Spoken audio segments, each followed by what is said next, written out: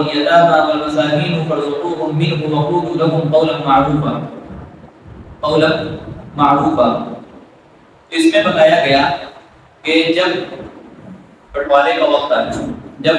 بٹوارے کا وقت آئے تو اس وقت معاملہ یہ ہے کہ جو خاندان میں غریب رشتہ دار ہوتے ہیں یا یتیم بچے ہوتے ہیں تو اس وقت وہ بھی آ جاتے ہیں، شاید کچھ مل جاتے ہیں۔ اس وجہ سے بھی کہ ہم غریب ہیں اور اس وجہ سے بھی کہ ان کو مسئلے معلوم نہیں رہتے کہ کس طریقے سے بانٹا جائے گا، کس کو کتنا حصہ ملتا ہے، ہر ایک کو نہیں معلوم رہتا۔ اب تو حال یہ ہے کہ بڑے تو نہیں کہہ سکتے کہ جو عالم ہو جاتے ہیں ان کو معلوم نہیں رہتا۔ اتنے باریک مسائل ہیں، اس میں میراث کے تعلق سے بہت باریک مسائل ہیں، بہت سے لوگوں کو نہیں معلوم رہتا، تو عوام کا کیا معاملہ ہوگا؟ تو عوام میں خاندان میں سے وہ لوگ آ جاتے ہیں کہ مسئلے معلوم نہیں ہے، وہ اس وجہ سے کہ شاید میرا بھی حصہ ہے۔ حالانکہ معمول کیا ہے، اصول کیا ہے شریعت کا کہ جو قریبی رشتہ دار ہیں ان کو دیا جائے گا، دوسرے رشتہ داروں کو نہیں دیا جائے گا۔ تو وہی بتایا گیا وَإِذَا حَضَرَ الْقِسْمَةَ أُولُو الْقُرْبَىٰ کہ اگر تقسیم کے وقت اور بٹوارے کے وقت،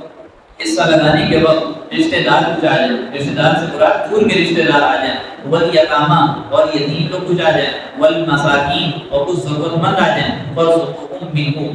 پیچھے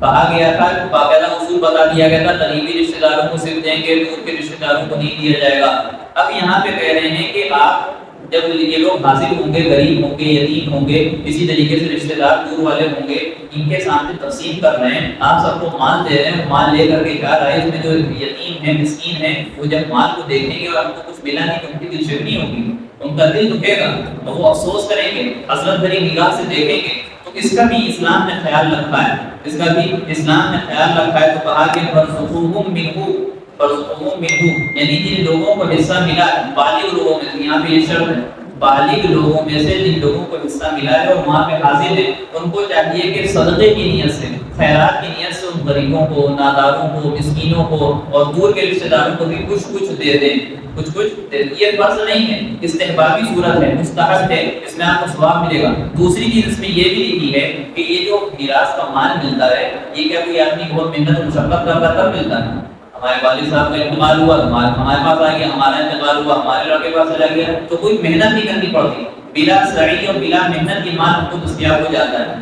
لہٰذا اس کے شکرانے میں مفتی شفیع صاحب نے لکھا کہ اس کے شکرانے میں تم صدقہ خیرات کرو اور تمہارے دل میں یہ داعیہ پیدا ہونا چاہیے کہ اللہ کی طرف سے بغیر محنت کے مال ملا ہے، لہٰذا ہم اس کو غریبوں میں دیں گے، کچھ حصہ دیں گے۔ تو وہ جو تم کو غریبوں میں دینا ہے وہ انہیں لوگوں کو دے دو جو یتیم و مسکین، نادار اور قسم کے لوگ آ گئے ہیں، دور کے رشتہ دار آ گئے ہیں، ان لوگ میں تقسیم کر دو۔ یہ جو ہے بتایا گیا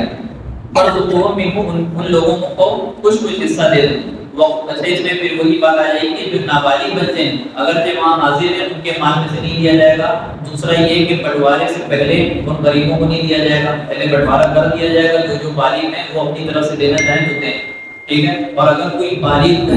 وہاں پہ موجود نہیں ہے، کہیں اور اس کا حصہ نکال دیا گیا تو اس کے بھی حصے سے نہیں دیا جائے گا، جو بالغ وہاں پہ حاضر ہیں وہی لوگ اپنے حصے میں سے دے سکتے ہیں۔ وقولوا لهم قولا معروفا، اس کے بعد ہو سکتا ہے کہ وہ کہیں کہ ہم کو تو اتنا سا ملا، آپ لوگ کو تو بہت سارا ملا، ہو سکتا ہے وہ ضرورت مند ہو اور کہہ سکتے ہیں آپ کے سامنے، ہمارے سامنے کہ ہم کو اتنا سا کیوں ملا۔ لہٰذا تب بھی ان کو ڈانٹنا نہیں ہے، ان کو چھڑکنا نہیں ہے، ان کو جھڑکنا نہیں ہے۔ کیوں؟ کیونکہ ان کی دل شکنی یہاں پہ بھی ہوگی، ان کی دل آزاری ہوگی، ان کو تکلیف ہوگی، وہ حسرت بھری نگاہ سے آپ کو دیکھیں گے، یہاں پہ بھی ان کو ڈانٹنا نہیں ہے۔ قرآن کتنے اچھے الفاظ استعمال کر رہا ہے کہ وقولوا لهم قولا معروفا، ان کو پہلی بات کہہ دو، ان کو سمجھا دو، ان کو صحیح سے سمجھا دو کہ دیکھیے ایسا ہے کہ